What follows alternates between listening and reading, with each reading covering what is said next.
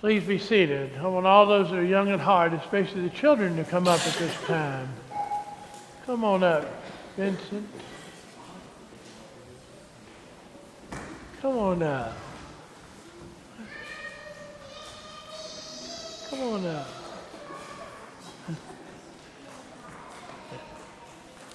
Come on up. Hey, hey.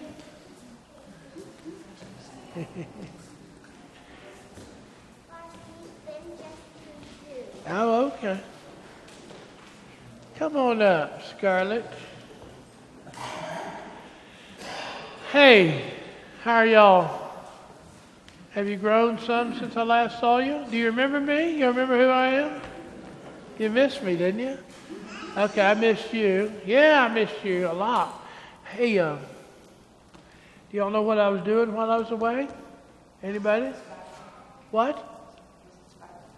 I was on sabbatical? What was I doing? Does anybody know? I was living among the homeless. People that live on the street. How about that? You ever see homeless people? You ever see them? It's hard to see them sometimes. They're tucked away in places where they won't get noticed. But I was with them every day. And someone said to me over and over again, tell me about your work among the homeless. And I would say, well, I don't really work. I'm not working. I'm not working at all. I'm just talking to people, saying hello, asking them how their life is, right? Now, I'll tell you how that works. So Jesus, in this story that we read in today's gospel, he sends out 70 people, 70. There's not quite 70 of you here today, but if I told you, go out, I'm going to send you out there, and I'm not going to give you anything. No instructions, anything, except to say, peace be with you to people that you meet. Would you be able to do it?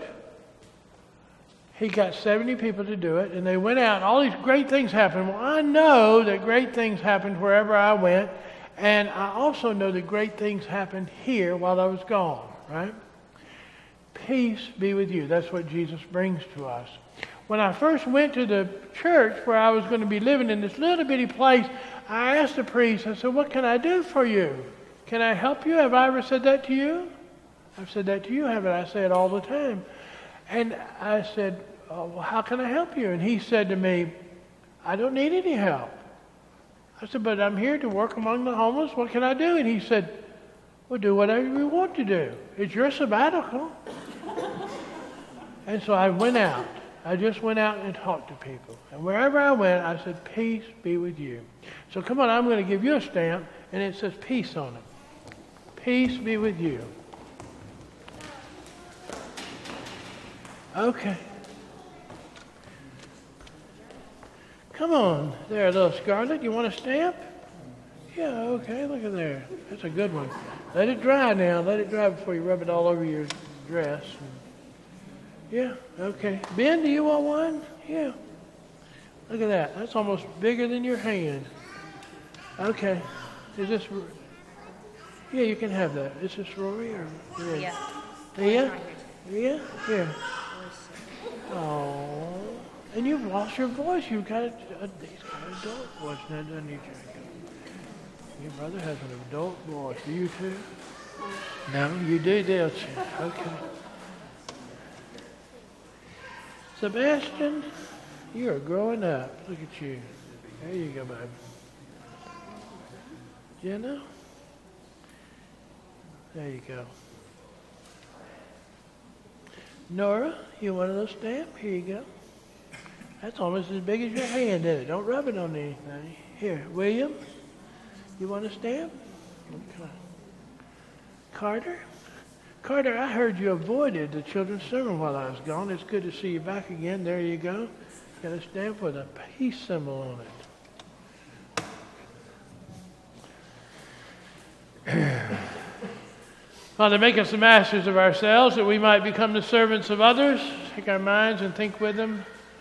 Take our lips and speak through them. And take our hearts and set them on fire through Christ our Lord. Amen. Aloha. And mahalo. Mahalo means thank you in Hawaiian. And thank you for being here today. And for all of you that contributed to the continuation of the work of building up the kingdom of God here in this place while I was away. Mahalo, mahalo, mahalo. We get this interesting story today. Don't you think this is interesting? Jesus is sending 70 out since I've just gotten back from a long trip, and when they come back, they're excited. They tell all that's happened while they were away. Well, I'm not going to bore you with everything that happened while I was away. If you really want to know, you know how much I love to eat. Invite me over to your house and feed me, and I'll tell you the stories. Great things happened while I was away, I'll tell you that. Great things happened in Hawaii, but great things happened here as well. I lived in a little pod on the parking lot of St. Elizabeth's Episcopal Church in the epicenter of homelessness in that area. And I saw great things happening. I saw wonderful things happening that will continue long after I have left there. In the story that we read today, Jesus sends 70 out. Now, can you imagine he said, okay, I'm going to send some of you out. Oh, you got jobs to do. What job, Lord? I don't know. I'll tell you about it later. Okay, but you're not going to get to take anything with you. You don't get to take bags. You're not going to get a real place to live. You just go out and you say, peace be with you. Well, maybe not, call me next week, Lord. Or some people will say, well, maybe the next trip you have set up. I'm not ready yet, whatever. But 70 said yes, and they went out, and incredible things happened because they said yes. They were able to let go of whatever control mechanisms they had to do what God was leading them to do, which is always better than anything we can do on our own. We read another story in the Old Testament today about Naaman. He was a military leader. Now, we got a few of those in the congregation, don't we? This is the nature of our world. I tried to explain this to Father David, and he would say, well, it sounds like your church is a whole lot like mine. Well, it's got a lot of diversity in it, David, but we don't have 6 different languages being spoken on Sunday, and we've got a lot of really educated people and a lot of military brass as well. And so he didn't quite understand that, but maybe someday he'll come visit with us. And Naaman was a military leader. He was high up, muckety-muck. And he had the king's ear, and he had leprosy. And he went to the king, he said, I got leprosy, I got to get rid of this leprosy. And the king said, okay, I don't know what to do about it. And some slave that had been taken in battle from Israel said, I know a man in Israel that could take care of your leprosy. And he listened. The king listened. Naaman listened. Being a preacher is hard. Oftentimes, I don't know if people are listening, right? And sometimes I have to talk a little louder because I see people nodding off or reading a book or checking their email or something like that during the service. And it's important, if the sermon works, for there to be a speaker and there needs to be a receiver, right? And there's always interference, but we're hopeful that whatever we're saying, to preach the gospel of Jesus Christ, the good news, is being heard, right? And in this story, we know that Jesus probably had more than 70, and a lot of them just weren't listening. They did not hear the message, or it wasn't the message they wanted to hear, right? And that was the story of Naaman. He goes out to Israel with this young slave, and they go to the king. And the first thing that does, the king gets all excited, and he's afraid that the king of Aram's going to kill me because we've got a problem here. I can't heal you of this leprosy. No. And the young girl, once again, she says, No. It's not you that's going to heal it. It's the prophet of God. He can do it. And once again, somebody listened. They said, oh, and you know where this prophet is? Yes. So they sent a message on ahead of him, and he had all these goods, and he was rich. He was powerful. He wanted respect. I tell you, when I was on the streets, sometimes I dressed just like the homeless. I bought all my clothes from the thrift store when I got there. Trudy was real upset with me because she said, "You're not taking any clothes with you." I said, "No, I'm buying them at the thrift store. I want to look like the homeless. I want to be one of them.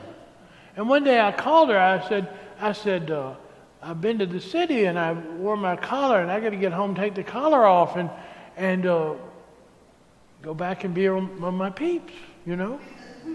And she said, oh, leave it on. I said, no, the collar's a barrier, right? But I can tell you this, I had this amazing phenomena happen because I dressed like that all the time. And no one could quite understand, you're living where? And I go, yes. When my friend from Hawaii picked me up and took me to this little place, he looked at it and he went, you're living here? I said, yeah. He said, I'll be back. I got to go get you some stuff.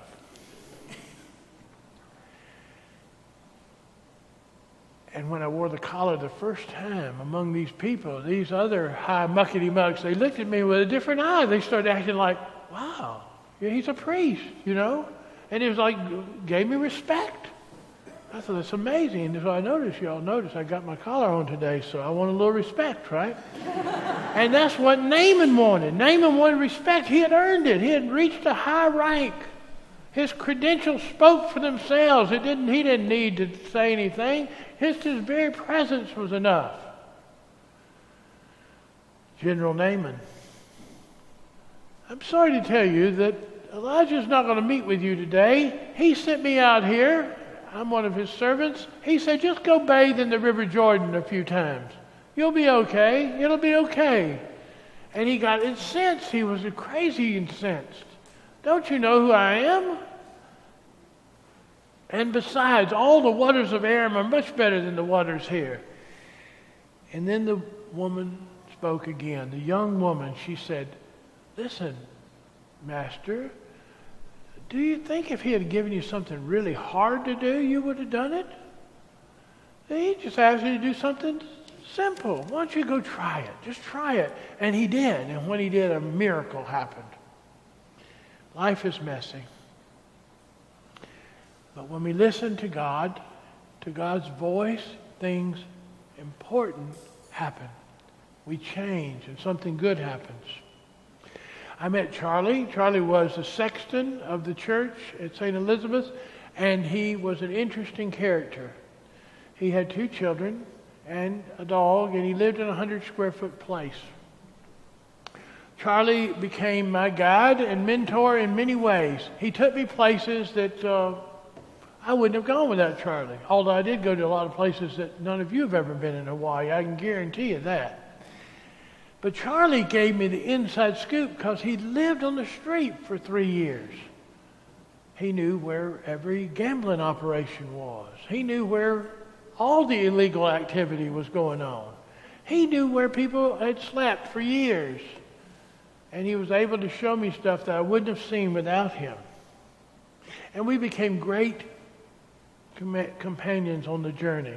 He was like a surrogate son, and his children became my surrogate grandchildren. And because of that, I would take him out to lunch and dinner a lot because he didn't have any money, and I did. I was only mostly homeless, so I could do that. And one day, Charlie began to tell me this story right before I left. He had gained some access to me and thought of me as some go-to guy. I called myself Father Goodbucks, you know, the rich father. And he would think that way because I was paying for his dinner and lunch all the time. And one day he began to tell me, he said, I did something really stupid. I said, what'd you do, Charlie? What could you have done that was so stupid? He said, I borrowed money from a payday loan place. I said, oh, really? He said, yes, and now I owe him $200 more than I owed him when I borrowed it. And it's going up, and they're threatening me. And I looked at him, and I know he was thinking for Dr. Sugar Daddy, Father's Sugar Daddy. He was thinking maybe I would take care of it. And I looked at him, and I said, well, Charlie, that's a real problem, isn't it? It looks like you're going to have to find a solution. And he knew immediately that meant the bank is closed. The ATM is not going to work this time. And we began to talk about other things, and his kids came up, and his kids were there, and they began to share me this story, which I'd already heard snippets of from around the corner, about how he was going to come to Alabama and he was going to reunite with his two older kids who live in Mississippi. And he was going to reunite the family in Alabama, and I was going to help him with it. And I'm listening to this scheme, and I'm going, oh, really? I'd already heard most of it, so I was just listening. And he said all of this, and his daughter says, well, what about the dog? Can we bring Toto too? You know? And I just look at him, and I'm smiling, and I said, well, Charlie, you know, if you're going to scheme for me, you've got to include Father David in this too. He'd be a good one to take care of your dog. And then I told him, I said, now, Charlie, here's the deal. I know you're really good at getting around the street. You got street cred. You're good at this stuff. You can scheme with the best of them. I said, but all your scheming has got to be put aside for this story with your daughters. You're going to have to trust in God here. And you're going to have to just use love. I'm a stranger. They don't know who I am. But you're their daddy. And if you'll quit trying to scheme and manipulate the situation and give your whole heart over to the guidance that God gives you, great things will happen. And he looked at me and he thought, that wasn't the answer I was looking for. But he thought it was a good answer. We do that. You know that? We do that. We scheme all the time to get our way, to get things the way we want them done. Because, of course, I know better than you do about what needs to be done, right? Great things happened while I was gone. We built this great building out there, but I know that we had a lot of people that had better ideas than the people that put it together. Is that right, Lee? A lot of people had great ideas, and the ideas that the building group put together they didn't work quite right. And we do that. We'll have those kind of scheming going on to get the things we want, right? Because we're adults, after all, and we know how to do this. I was with a group of seminarians, and I was teaching them. I was teaching them about homelessness, right? And I had worked hard. I'd produced a paper. Some of you read the paper. I posted it online at Facebook. And it was 4 pages of the best stuff I'd ever done. It was academic because they're in seminary. They're only going on the weekends. I thought, well, they're not getting the bulk of what I got. I'm going to give them something really hard. I'm going to press them a little bit. So I wrote this great paper. I mean, I thought it was great. And then they presented before I got to present. And the 2 presentations that preceded me were vastly richer about homelessness than what I could have given them. Because really all I was doing was going around saying, hello, peace be with you. And they knew about homelessness. They knew statistics. They knew who was out on the street. They knew all this stuff. And then they asked for feedback. And the seminarians and the 2 priest mentors would talk. And one of the Chinese priests there said, I'll tell you what they need. They need to save their money. The Chinese learn that every day as a child. We save our money. They're saving our money. If they'd have saved their money, they wouldn't be on the street right now. And I'm busy writing down stuff because I know I can't present my paper. I'm going to have to present something else. And I write, save your money, save your money. And then it came my time. And I told them, here's what I said. I said, it doesn't matter how much you save your money. You can put your faith in the banks, like they did before the Great Depression. You could put your faith in the president or the military or anything else, and they can all collapse in a heartbeat. There's no guarantees. But if you put your faith in Jesus Christ, you will be able to do great things. And miracles can happen. God sends us out. I'll tell you a story to illustrate that. I met a woman, and she had a son, and her son shared a house with her. And then the son got married and he moved to the mainland. That's what they call us. Or the states, that some people call them, because they don't really consider themselves a state. But he moved, and she wasn't going to mess with her new daughter-in-law. She wanted their marriage to work, so she stayed back in Hawaii. And one thing happened after another. The next thing you know, she's out on the street. 70 years old, living on the street. She didn't want to be there, but she trusted in her savings, which were all gone. God sends out 70 in this story. Naaman wanted to resist. He wanted his way until finally Jesus broke through Elijah. The Christ broke through Elijah. And Elijah says, through his servant, right? Not Elijah himself. So Jesus, God, Christ, Elijah, and the servant all got through. And finally Naaman listened through the small voice of a young maid. Why don't you just let go, Naaman? Let go of all your really good ideas and trust in this God of Israel. He'll get you where you need to go. And when he did, great things happened. Now, let me tell you, there's a caveat here. We often settle. We get to have a few successes, and then we settle. Charlie, when he took me around the island, and I was only on Oahu, I didn't get to see all of the islands, but I got to see enough of Oahu. And as I'm traveling around, Charlie is pointing out things to me. And he points out this guy on the street. He's living on the sidewalk. He doesn't have much. He's just sitting there. He sits there every day. I see him. I saw him every day. And I'd say, hello. Good morning, good afternoon, good evening, whatever. Anytime he was there, and he would look up and he'd smile. He wouldn't reply, he'd just smile. And Charlie told me, he says, I came here. Charlie's 49 now. He started when he was 16. I came here 33 years ago. He said, that man has been on that street in that same location for 25 years. 25 years. We've been here 25 years this year. Great things have happened, and great things are still to come. But we can't settle. We can't just say, oh, that's enough, because God is still sending us out. But here's the good news.